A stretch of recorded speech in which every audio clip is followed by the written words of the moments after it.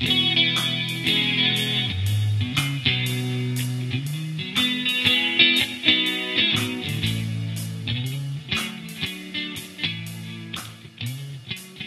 the grape ripens, evidently the tannins or phenolic materials, there's a constant turnover. So if you have, at least of the things that have been commonly analyzed, you might have 8 or 10 different type of coloring compounds, and that's just all, in the pigments themselves.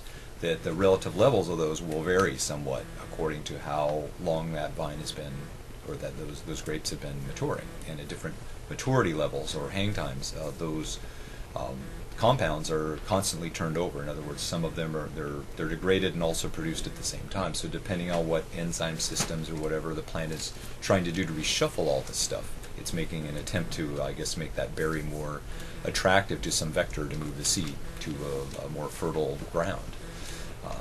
So what typically happens as a grape ripens is you have very angular things that are repellent to something to eat the grape.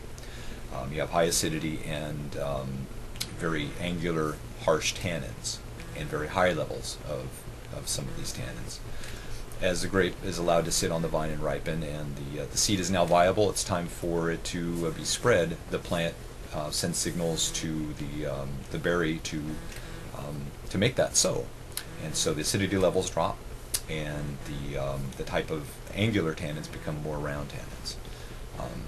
So essentially, the longer you leave the grape on the vine, the more, from the balance standpoint of wine, you're going to have more round type things and less angular things. And our job as winemakers is to hopefully harvest the grapes at the point where both flavors and the balance of angles to round are what we're looking for, in the end.